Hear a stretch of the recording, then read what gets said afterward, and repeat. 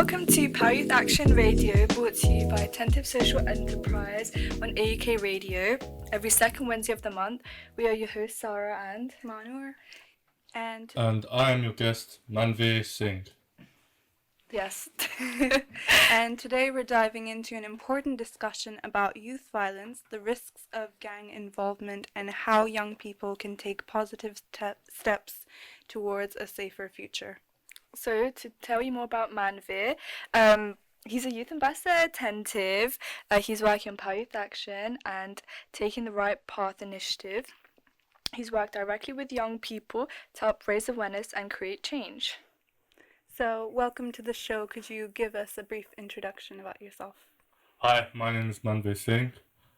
I've been Attentive for a few years now, and some of the main things I've done is I've worked in a numerous amount of projects with Attentive, most notably Taking the Right Path workshop, and also I've done some work around Power Youth Action as well. I've done within my time at Attentive as well. I've taken on many roles, which I'll be talking about more within my Attentive journey, and I'm just excited for the show this evening. Yeah, so you've been here for a while at Attentive. Yeah. What's the highlight of your journey so far? In terms of my highlights, I've got many highlights, and it's just the fact that I've got so many experiences from Attentive, which was kind of like, if I was to go through some of them, I can't pick up every single one, but one of the highlights would be was doing poetry. One of the first events that I was a part of, which was I Am Unique, which took place in, if I can remember well, 2022. It was probably 2022. I'm not good at remembering dates and years, but it was my first event that I was a part of, and I got to do my spoken word poetry for the first time ever, and it was a very nerve-wracking experience for me because I have performed on stage, but performing by myself towards an audience with my own written work was kind of something I was nervous, but when I did it, it felt so good and I had so much adrenaline, and it was probably one of my first standout moments within Attentive. And that was probably one of my biggest highlights as well. Oh wow, that's good. Yeah, I think I can relate kind of to your experience of, of poetry, because since Attentive I've gotten into photography. Yeah. I think that's a highlight. Yeah. Yeah. I mean, when you're doing things for the first time, it's like very scary because you're like, you don't want to mess it up, But when you do it perfectly and it feels comfortable, it's just that perfect match as well. Mhm. The I Am Unique project was the first time I did poetry in front of people. Yeah. So, Yeah. what a unique experience. It was a unique experience, because I know you were with me as well. I remember hearing your poem. It was very elegant, the way it was done and everything else. Thank you. And there was a group poem as well, Yeah. which I wasn't a part of for that one. But then for the next few events, I did do group poetry and we performed together, and we also had our own poems as well. And a lot of things have been done since then, and I'm just happy about the experiences I've taken on, the progress everyone else has made, and yeah, it just feels good. Yeah, in the last event you guys did poetry as a group. Yep. It was like a flash mob of poetry. It was so cool. Yeah, it's pretty unique because that's how we do poetry. Yeah. When we gather in a group, obviously we've got an event coming up, so I'm not gonna expose how we do things. Yeah. So it was just a group of us, and you'll find out within the next event how that works. But it was a pretty good experience, just a surprise to the audience as well, and obviously the poem itself. A lot of people contributed to it, so it had a pretty good touch to it as well. Yeah. I remember that was my first day at Attentive, and I watched you guys do it, Yep. and I was like, oh my gosh, I'm so happy I joined, because it looked so fun. Yeah. Attentive projects are always really fun. Yeah. Yeah. The events as well. Yeah, I think when we have in-person gatherings, it just breaks the ice immediately, and that's what I love about being part of projects or going to events where everyone's together. Yeah. Because it breaks the ice.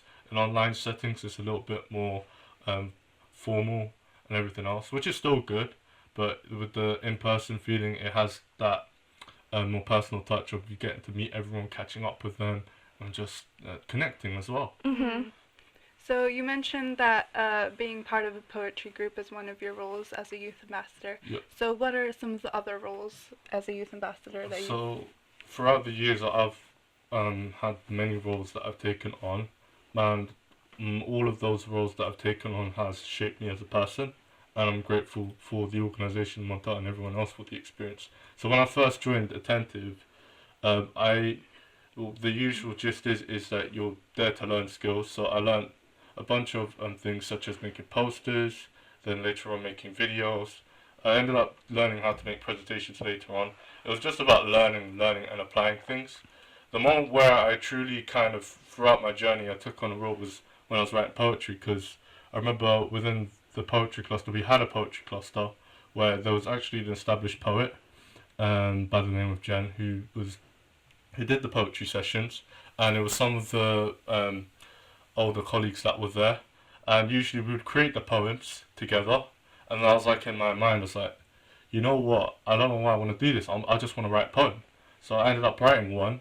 It was my first ever poem I ever written back in February 2022. I remember that. And after that, I was like, you know what? This was good. And then we ended up writing poetry. Everyone started writing poetry. And then we created the poetry thing. And I was a big part of the poetry cluster.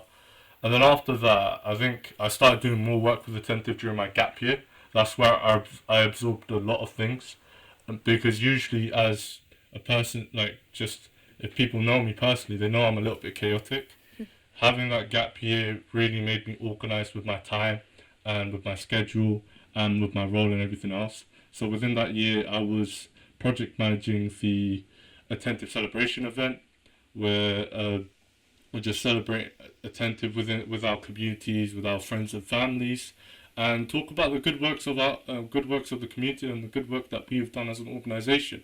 So that was the first time I actually had a serious role within Attentive, and that was the first point in my journey where I actually felt like I was taking responsibility for myself and others. Because whenever whenever I'm leading others, I try to make sure that I take as much responsibility as I can, because I don't want others to feel like I've let them down, and it feels like such a low feeling for me to end up in that place. So that was the first time I actually took some responsibility. I've always taken responsibility, but it was like big responsibility in leading a project. And then and also leading on the Youthology radio show. Obviously, I'm not going to forget that. It was definitely a good experience. I co-hosted and was the lead host for a few years. I was a co-host with Julia, who was youth ambassador before, and she was a very good person, and she used to lead on a lot of things as well. And then Tayeb, and then Ruth, Mahnor, and then Sarah, you on my last show. And that was a good experience as well. I got to learn better how to communicate and also how to listen, because I'm someone, I like to talk like I am now.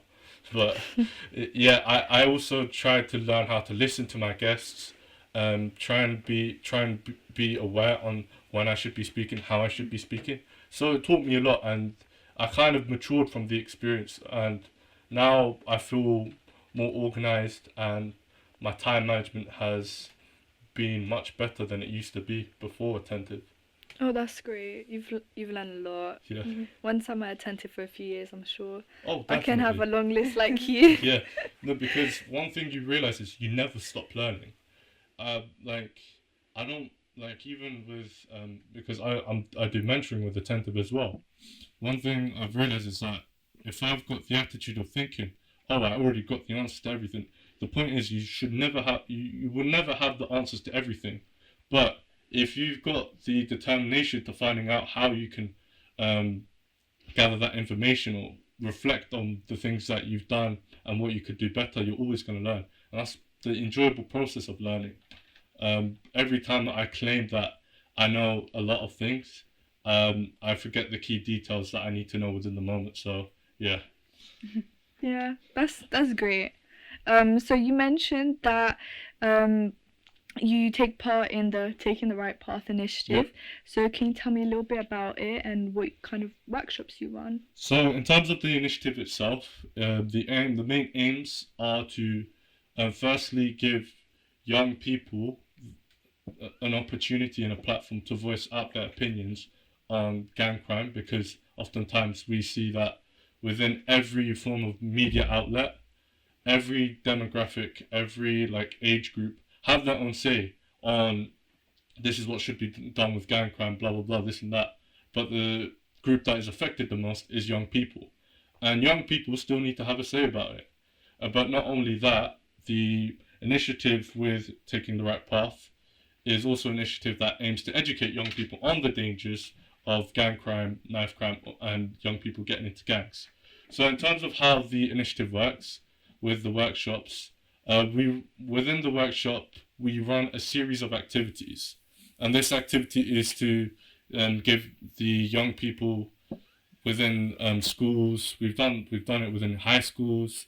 We've done it within sixth form colleges as well, and we're also going to be doing it in. I think it has been done in primary schools as well. So depending on the age group, we'll kind of like cater our material towards them. So the in terms of the workshop itself, it runs with a series of activities, and the main part of the activities, most notable one, is a tree map activity. Within the tree map activity, we ask the students to get into groups, depending on the size of a class, be groups of 4, 5, 6 students together. And the tree map activity has 3 parts to it. So you've got the roots of the tree, you've got the trunk of the tree, and then you've got the branches. So the roots of the tree, that is more focused on what causes young people to get into gangs. And then the trunk of the tree is more focused on when young people are in gangs, what stops them getting out of it. And then the branches of the trees are the solution. Excuse me, the solutions. So each of the young people within the classes that we gave the workshops to, they did this activity and they gave their suggestions, and it was very good to see their opinions as well, because oftentimes when you're in schools and colleges, especially when you're in high school as well, you're not often told that you can speak, and when you want to speak, I've noticed this within students, they're very hesitant. They're like, what if I say the wrong thing? What if this isn't right? What if that isn't right? Because they're not used to having a voice like that. And what we need to tell young people within our community is that you still have a voice. It doesn't matter your age, it doesn't matter where you're from, it doesn't matter anything. If you're part of our community, you still have a voice. And that's the reason why we have Taking the Right Path workshop. Yeah, I think it's really important, especially like you said, Yeah. students they don't want to talk because they're always worried Yeah. about little things. I know that when I was in high school, I was not like that. Still in sixth form, a bit like that. So I think it really helps. Yeah. Yeah. Because one thing I've realized, it takes a lot of time to de-learn from that. Mm-hmm. Like you're told constantly that if you're chatting in class, just be quiet. Okay, I understand totally. Teachers have to do what they need to do.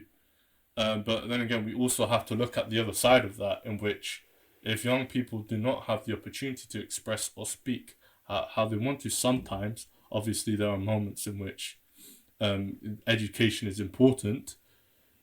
It gives them the opportunity to kind of express their opinions, because at the end of the day, who are going to be the next generation taking control of society? It will be the young people. And they need to be ready, they need to be educated, they need to be able to voice their opinions in an educated manner. Yeah, I agree. Yeah, it seems very creative. So what kind of response have you gotten from students and young people from these workshops? So in terms of the responses, because we had one today, the young people found it interesting and they also found it quite insightful. I would say so within the activity we had as well, we gave them the opportunity to review some of the material that we used, and they had to kind of talk about whether this would be effective if their peers would do this activity, and whether it would not be effective. So one example of one activity they found effective was one where it talked about scenarios of confronting a scenario where someone might be involved in gangs. So this activity sheet was a bunch of questions. It was a quiz.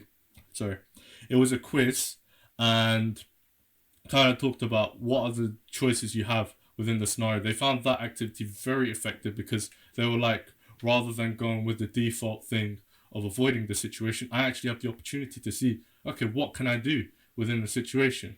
Obviously, some responses were also saying that context matters because you don't want to put yourself in too much of a dangerous situation. But at the same time, you you have to assess the options of what you can do to help and contribute to your community.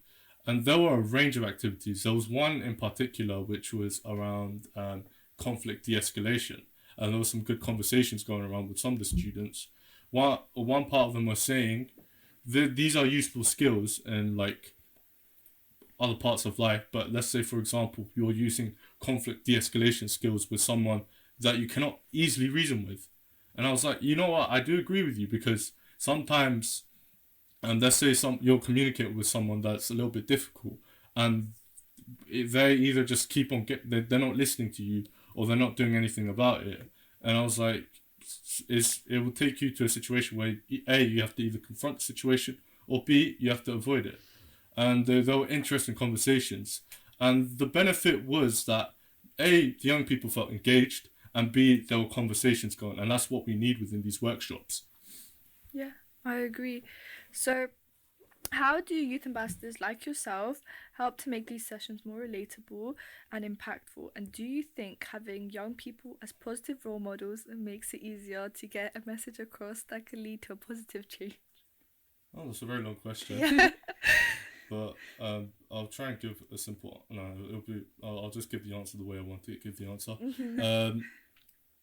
Yes, I think if you have a young person as a role model, like for myself as a youth ambassador, I kind of understood the value of what being a youth ambassador is when I started managing projects and also leading a team. That's where I was like, okay, you know what? I have people depending on me, and I cannot disappoint them, and I have to make sure.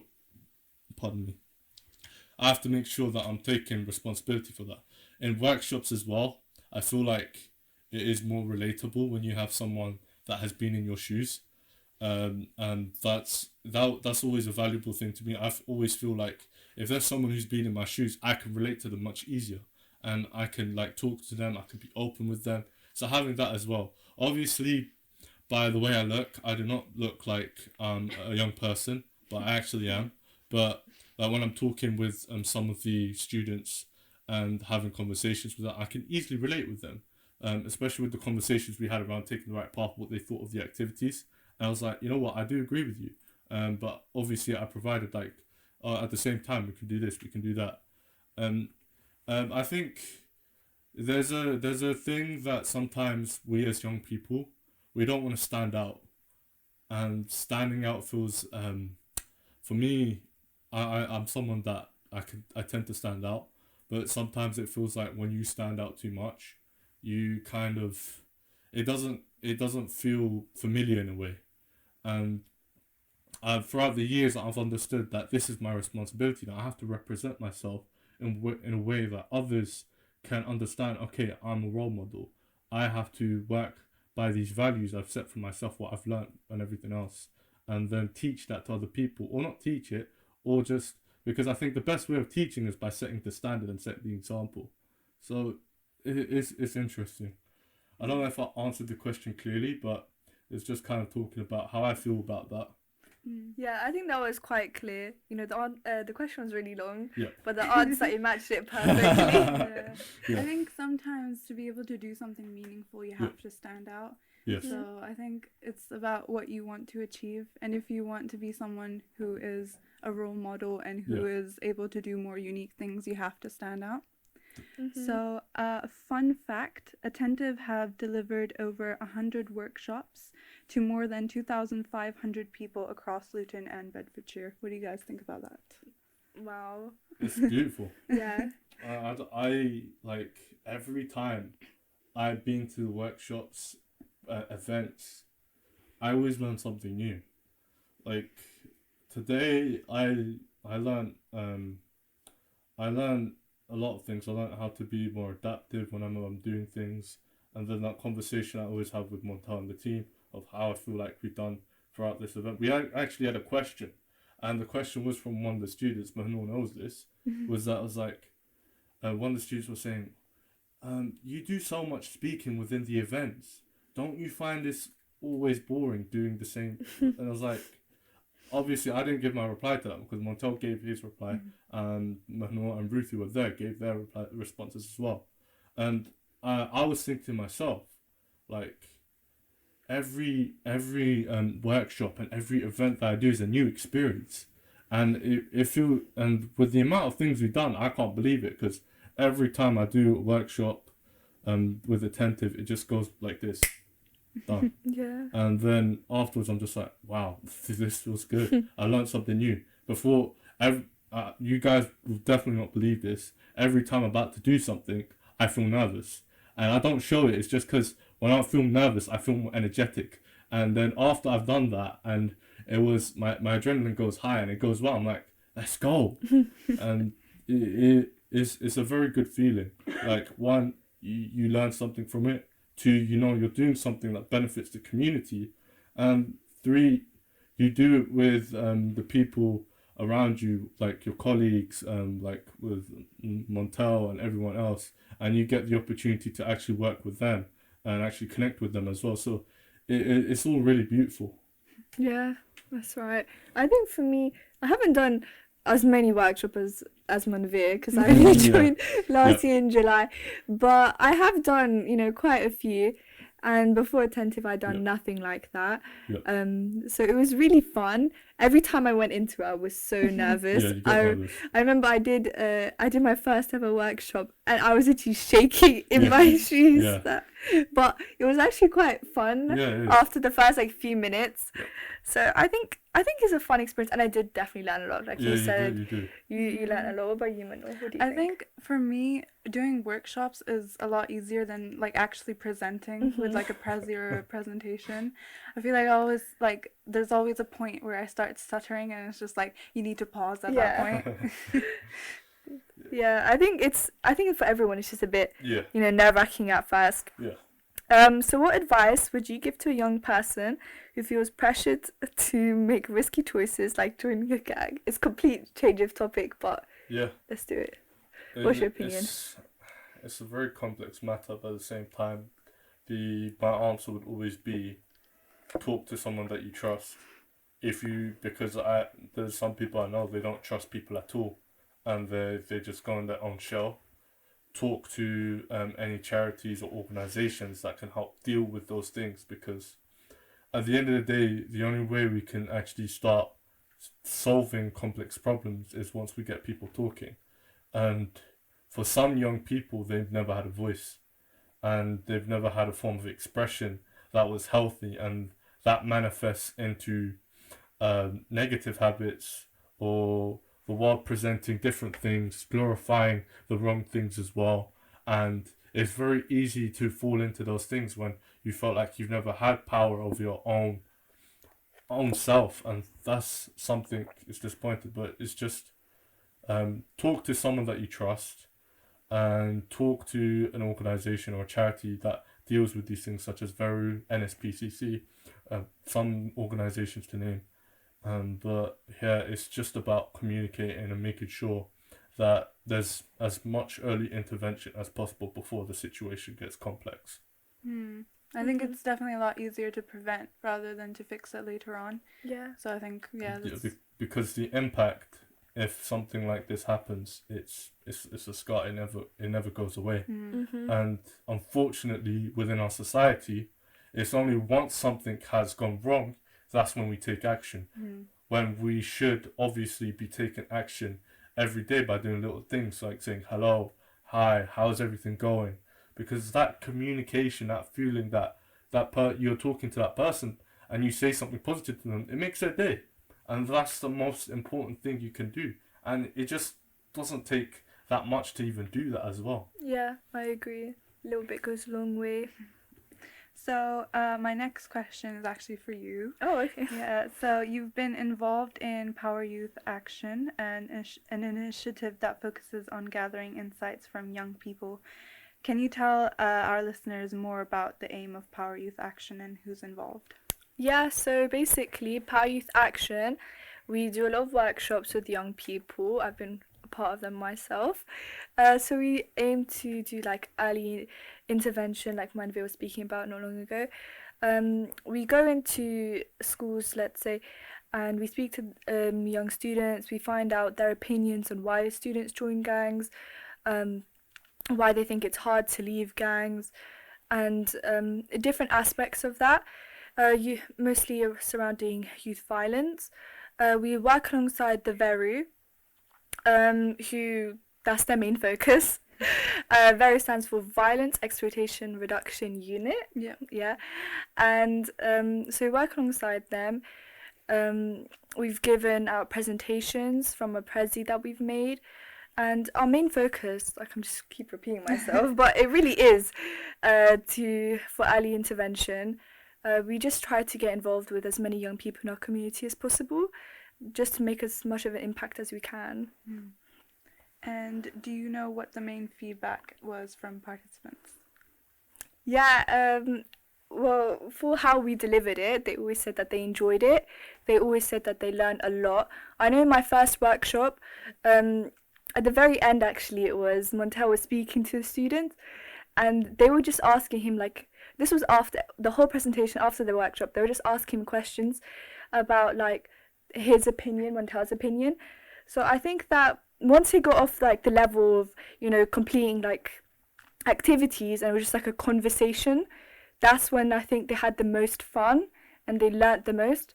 So I think that, just having a conversation with them can also be very impactful. It doesn't always need to be like activities, though it's fun, they all had fun. I think just having a conversation is very good. I think it's about showing that they're being listened to Yeah. and being heard, because I feel like a lot of times young people feel like they don't have a voice and they feel like they're not having an impact on their society. So I think things like that and the talking stage of showing that they are involved in making these changes can be so impactful. Yeah, I agree completely. In terms of activities as well, like for example, you've got positive activities such as going to after school clubs, sports clubs, doing music, art, or even like learning job skills and workshops as well. How do you think those type of things can help like keep young people on the right path, and why? So I think it's one of the ways is that it gets you involved with many different types of people, and then that allows you to communicate if you're struggling with something, for example, mentally. So it's a great way to meet new people, I think, and it's also a great way to kind of distract yourself if you are struggling. Obviously, you don't want to be distracting yourself all the time, but I think it is important to have that little break and just get away from whatever is troubling you. So I think that's a really important reason to have these activities. Definitely. Yeah, I agree completely with everything what Manor just said. I'll just like steal your words because I couldn't phrase it better myself. Do you feel like there's a fine line between like, because there's a term you guys probably know, it's like escapism, so you just escape through those activities, and then obviously finding a balanced way of regulating your emotions. That's why I mentioned to not do it all the time, because you don't want to be escaping from your issues all the time. You do want to have that time where you're kind of trying to deal with it and trying to correct it, but there is like a need for not thinking of the issues all the time, because that's just going to stress you out. I think that a big issue is that people overthink. So I think, I know we were talking about it before the show with you.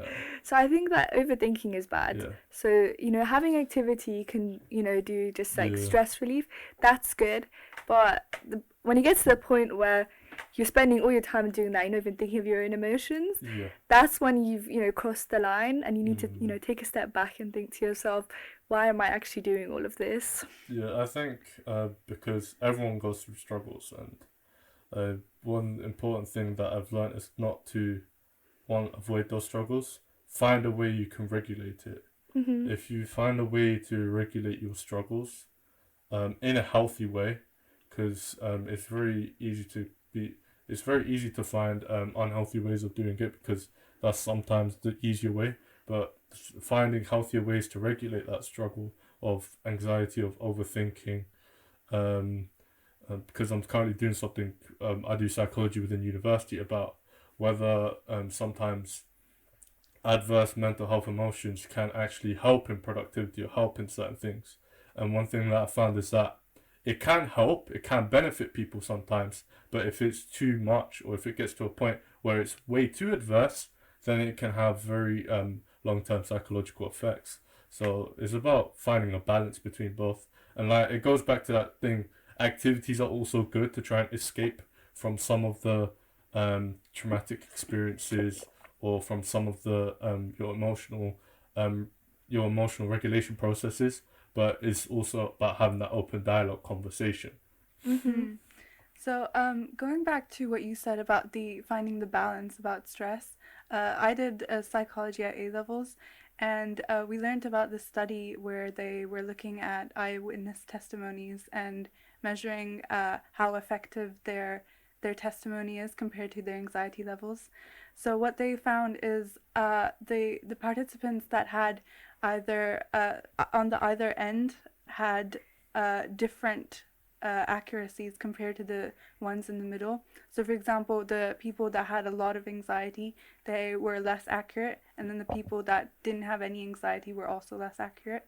So it's not even that you shouldn't have any anxiety at all. Yeah. I think there should be a little bit, which kind of motivates you and like allows you to better yourself.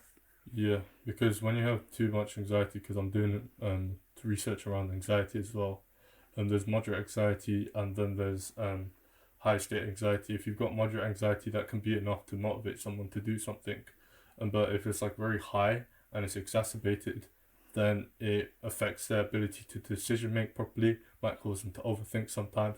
It also has physical effects as well, and like making the body tense, feeling restless and so on. And it's just about finding the balance and finding a way to regulate or talking to someone about it, because that's where these struggles start from, and that's where it has to be addressed.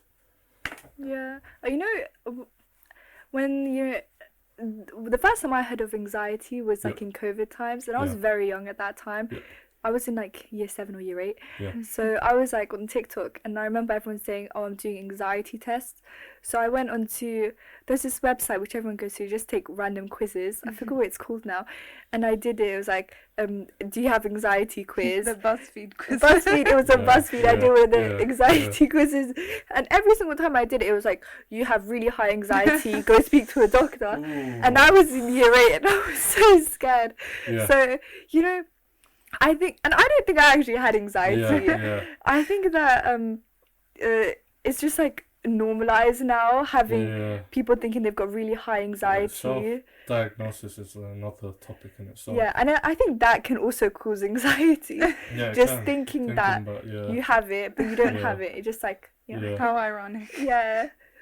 It's like self-inflicted. Oh, it's like the placebo effect. Yeah. It's like you guys take psychology. Yes, they're the psychological words. I know. Yeah. The self-diagnosis is also it's another topic which, if I'm more informed on the topic, we can probably talk about. But I'm still learning about psychology, so not yet. Yeah, I don't really know much about it. So I love psychology so much. Yeah, it's pretty good. So now let's move on to the role of peer pressure. So what do you guys think, how do you think peer pressure plays a role in pushing people to make risky decisions? Do you want to answer this for that? Okay, I'll start. I think peer pressure is a huge role in making decisions and all of that kind of stuff, because as like a young person who's still in like 6th form, when you see other people doing something, you want to do it yourself. It's like, there's this like analogy which I, succumb to myself. I was on holiday and everyone had these green Adidas Samba shoes, and I really wanted them because everyone else had it. So I bought myself some. And then I think that's just like, same with like mentality. When you see everyone else around you is making the same decisions and like talking about the same things, you're gonna like want to watch the same TV show and you're gonna want to make the same decisions as them. So I think when it comes down to like things like joining a gang, if everyone around you is doing it, you're more likely to do it because you want to like fit in and do what like the popular opinion is. That's my take on it. I definitely agree with that, because I think when I was in 6th form, probably the same age as you, I remember when going from high school and 6th form, my classes were different and I didn't have any of my peers around, and it really got me to change the way I spoke to people. And then when I joined Attentive as well, like before Attentive, I was just like speaking like roadman lingo. Like I was like, yo, what you saying? What you telling me, bruv? And everything else. Like even I remember one time I was talking to my teacher in high school in Spanish, like, "Yo, sir, can you tell me what the answer is?" And everyone was like, "Well, why are you speaking to him like that?" Yeah, and then when one thing I've realized from now, I was talking to like my friends, and I was talking to Montel about it the other day. Was that who you surround yourself with is always going to have an effect on you, whether they consciously pressure you as peers or peer pressure, or whether it's unconscious. It's always going to have an effect on you. I learned this much more when I took my gap year. I was mostly by myself. Obviously, I was doing things within attentive, but it was a good time to explore myself and explore the different identities I've had within the groups of people. Because I would say I'm someone that I float around a lot within my friend groups. And I realize you always absorb things from people, no matter what happens, no matter whether you like the person or not. If you are around them most of the time, you're going to absorb things. And I always like to think if you're around people that they say negative things, they do negative stuff, you're going to be the victim of that. And sometimes it's important that as a young person to have this sort of self-awareness to be like, look around you and see, are these people actually helping me as a person, or are they just having a negative effect on myself mentally and the decisions I make? And well, for a young person, like you said, you're in sixth form, you want to be around everyone. You want to be that social butterfly.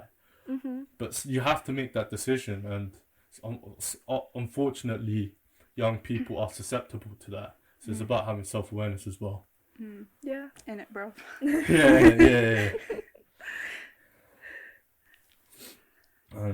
So, moving on, considering the impact of Power Youth Action and taking the right path has had, what are your hopes for the future of these initiatives, and what do you think having more initiatives with similar aims and objectives would reduce violence and gangs? Get people talking, that's it. For me, that's the starting point to because no complex problem is solved in a few days. It starts with everyone being committed. Like, I've worked on projects between the public and the police where we were trying to get public dialogue with the police. And there were, like, what I would call emotional blockages from both sides. The public has resentment towards the police, and the police has a resentment towards the public as well. And it's the same thing with these types of issues. Like, what is so easy within our human mind that we always do is we always like to blame someone before we solve the problem. But if we want to be every person, whether it is community organizations, whether it is parents, whether it is teachers, whether it is young people, whether it is old people, everyone has to talk about it, and everyone has to have their say on what and what shouldn't happen, and then we have to take action from there, because the point of taking the right path is to give a voice, and then after giving a voice, it educates young people, and education is what we want. Education is like the weapons that you have to defend yourself from uneducated thinking or negative mindset, and that part of regulating your mental health and building your emotional intelligence and your intellectualism as well. So it's about having that dialogue, and then looking at making plans to take action or providing initiatives such as the Knife Angel that we had last year. That brought a lot of publicity towards the issue. Did it solve anything? I would say it did provide awareness. In terms of solving things, there's an analogy that Montel made in today's workshop that we had, and we had like a class of 20 people, right? And two people volunteered, and those two people were seen as the bad guys. And Montel was like, for the rest of the 18 people to stand up. He was like, then, do you think these two people will stand up against the 18 when they're unified? Everyone said no. And it's that fact that we have to connect again as human beings and actually talk, have that dialogue. And that's the start of making sure we're united, because that's how we can solve issues, and that's how we can prevent them. Yeah, that's a really good analogy Montel said. Yeah, Really got me Montel's- thinking there. Yeah. There's definitely strength in unity in numbers Yeah. and just that connection of being together as a society. Mm-hmm. So, on that note, what do you think as a society, so that would include schools, families, and communities, we could do to create a safer environment for young people? Firstly, I'm going to repeat myself again. It's education. Mm-hmm. If we don't have an educated society, then it's not going to be functionable, because you got to have young people have to be educated, critical, independent thinkers. And when they can think for themselves, when they're educated on the right things, they can make the right decisions, because young people are going to end up being the future. For parents, it will be I'm not sure, but it's about being a part of the community, and also them speaking on community things, because I know from certain people, certain communities, they don't want to speak out because they may seem like they stand out more. I know from my community, if someone speaks too much, they're seen as they're talking too much. They're all talk, but nothing's happening. But nothing's gonna happen. We have to speak first, and then when everyone gathers together, that's when things can happen, and there's a sense of agreement as well. With teachers, having more focus on understanding the students as well. And I'm not going to say, teachers do not understand the students. They do their job, and some of them do their job very well, and some of them do understand their students, and it's just about keeping that eye on their students as well, and everyone doing their role to the best of their ability. Everyone kind of committing to community initiatives as well, and having their say on it, what they think, because whether it's a good opinion or a bad opinion, an opinion's an opinion that is expressed and that can help the cause. Yeah. So finally, if someone is listening who's struggling from negative influences and or peer pressure, what's a short piece of advice you would give them? Find something positive to do. That's the first thing I'll do. Like, whether that be, it's like if there's a hobby that you like doing, play it. Like for me, it'd be playing football, going to the gym. I don't go to the gym that much now, but it's something that's helped me a lot.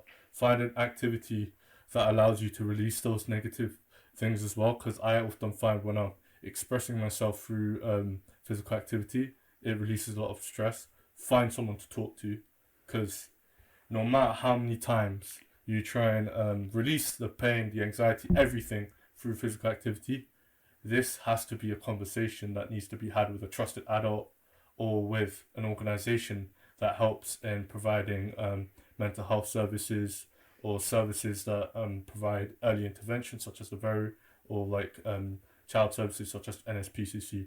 Find someone to talk to as well. If you have positive influences around you, hold on to them, because because at the end of the day, if I knew someone that was going through that, I'd feel very guilty if they went down that pathway, and it would really crush my soul. Mm-hmm. And I'd rather put all my time and energy and throw everything away to make sure that person's feeling okay. Well, I'll try to, but that's because for some people, for example, like mothers and fathers, parents, and it will hurt their soul if they don't even know that the child is going through that, or that their peers, it will hurt them as well. So if you have those positive influences, hold on to them. Yeah. Some great advice. So that's all we have for today, but this has been an incredibly important discussion. Thank you, Manveer, for joining us and sharing your insights and experiences. So if anybody wants to learn more about what Attentive does, like Power Youth Action or Taking the Right Path, be sure to check out Attentive's website at attentive.com and Attentive's YouTube on YouTube. So we've been your hosts, Manur and Sarah. And I've been your guest, Manveer Singh. Brought to you by Power Youth Action and Attentive Social Enterprise on AUK Radio every second Wednesday of the month. Thank you for listening. Bye, guys.